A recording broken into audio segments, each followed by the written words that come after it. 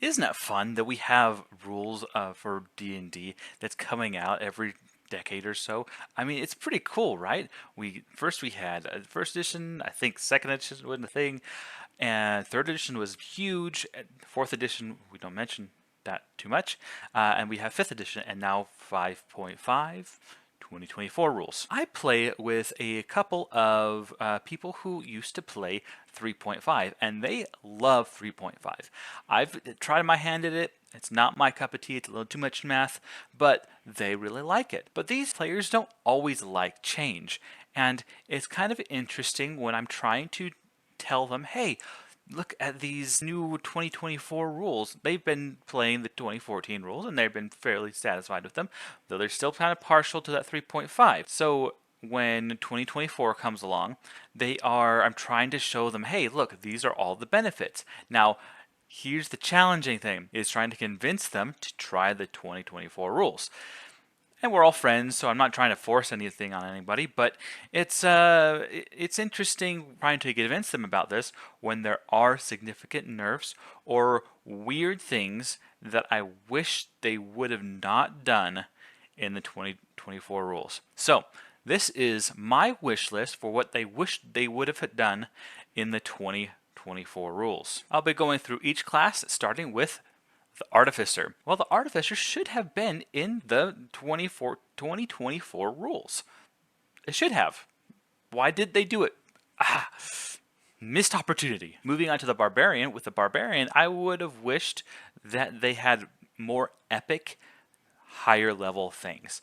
Well, the capstone is like the +2 con plus or whatever the ability score modifier increase is fun. It's good. It's not exciting. It's not the ultimate form of a barbarian, in my opinion. Like, come on, they could have done gone way harder. They could have done more epicness because at 20th level, wizards are casting Wish.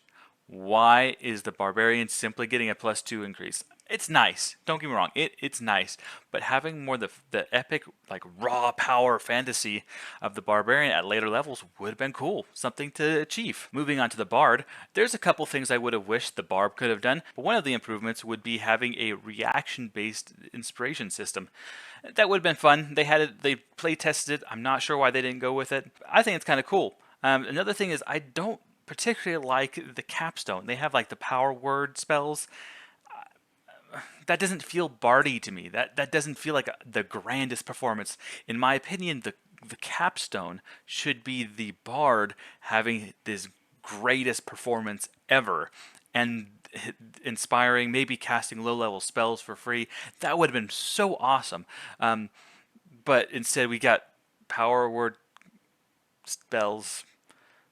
I mean, they're good, but it's just not what I was kind of envisioning for the bard. Moving on to the cleric. Now, my problem isn't necessarily with the cleric themselves, but it's the fact that if you're multi-classing, let's say you're a ranger and you have medium and light armor training, right? And now you want to get heavy armor training. Now, if you were to multi-class, the only class that offers heavy armor training at level 1 is the cleric, which I think is weird. Why isn't it the fighter? This is kind of odd that they added this. It was the only, like, why are you getting your armor proficiency from a priest rather than a fighter? It doesn't make sense in the multi-class perspective. That's what's just kind of weird to me. Not that I dislike anything about the cleric per se. I think the divine intervention is good, that big change, but ultimately I was just disappointed that the multi-classing is weird. Now the druid is an interesting case because the druid is actually amazing. I love the druid. But when the playtest came out, well, a couple years ago, there were some controversial thoughts about the wild shapes. Now, see, in 2014 rules, you can go through the entire monster manual, DMG, to find the perfect animal shape, right? And there's lots and lots of them, and you can choose any animal that you have seen. Who knows if your druid's actually seen that animal. So that's the problem with the 2014 version. The new one is a little interesting because it still has the problem of having to go through like the monster manual or the DMG to find these monsters. So they proposed in the playtest where they did a couple of templates. Now that was very restrictive because there wasn't a whole lot of things because you turn into a lot of different types of animals, and maybe they could have done something a little bit more like that instead of having to dig through the monster manuals. Still, they could have provided maybe a curated list of them, and you can choose from that list. It's hard to do because there's such a wide variety of animals. Who'da thunk? Now the fighter is actually pretty awesome. I think weapon masteries are awesome. You get to do all sorts of things with their weapons, but it's the multi-class. Why can't you give heavy armor training to multi-class characters? Why are you forcing them through the cleric? Why? That's weird. The monk has seen ton of improvements from the 2014 version. My complaint isn't the power of the monk. It's actually fantastic. The monk's fantastic. What I was looking for is sometimes monks want to have equipment, and yes, they have some hand wraps nowadays for the monks, but why not let the monk use light armor and hinder the movement? Now, don't replace the unarmored defense. I think that should still be a thing, but let them keep the speed boost even if they're wearing light armor. Now, the Paladin is a tough thing to sell to other players who are very invested in the 2014 rules because the Paladin saw a nerf. Yes, there's some quality of life things that the Paladin gets, and it's great, like the bonus action lay on hands and whatnot, but trying to sell the smite mechanic, the bonus action smite spell, it's hard because you can only do it once per turn, and you can't do it as a reaction. It's kind of sad that the Paladins got nerfed, and I wish they would come up with some kind of different way or go back to the old way of doing smites. The Ranger. Where do I even begin with the Ranger? The Ranger... okay. For those who don't know, I actually created an entirely new homebrew ranger called the Zenith Ranger. You can check it out, whichever side it's on. So my big wish for the ranger is that they would just have done better. One thing I wish they would have changed about the rogue is that the reliable talent makes skill checks trivial. Like, adding essentially a 10 to everything that you're proficient in is not that exciting.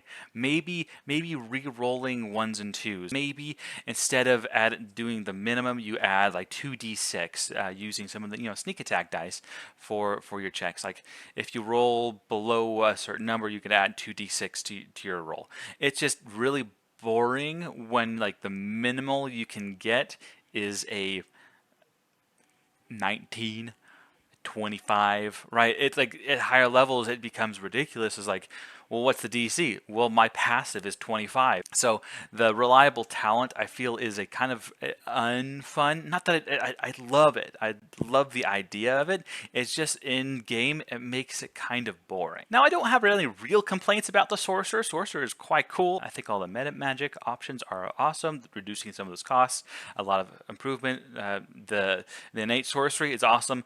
My one thing, it kind of goes with the monk as well. It's like, why didn't they just say in the rules that you have a number of sorcery points equal to your sorcery levels?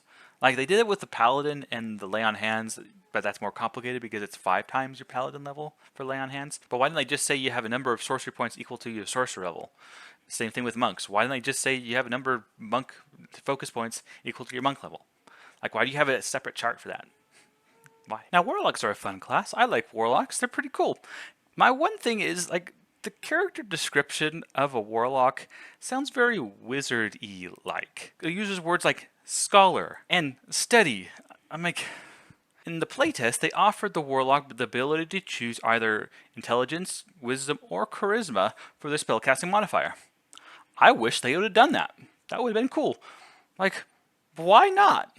That would be cool. And finally, the wizard. One thing I wish the wizard would have kept from the playtest is that create spell thing. I think it was kind of fun. I think it was cool. I think, like, if you think about the top wizards of all time, they're creating their own spells. Why not? Let's let the wizards do something that create new spells. Why not? That would be kind of cool. Maybe not the rules that they presented exactly, because there's some brokenness about it. I get it, but that would be kind of fun. I think. Why not? Anyway, this was my wish list for what I wish some of the 2024 classes would have done instead of what they end up with. And not to say I love the new update. It's fun. It's cool. It's streamlined. And if a player were to approach me with this kind of wish list, I would allow them to change some of those things. Well, anyway, thanks for watching. I hope you have a great day, and may the dice roll ever in your favor. I don't know if that's a tagline that's gonna stick, but we'll see.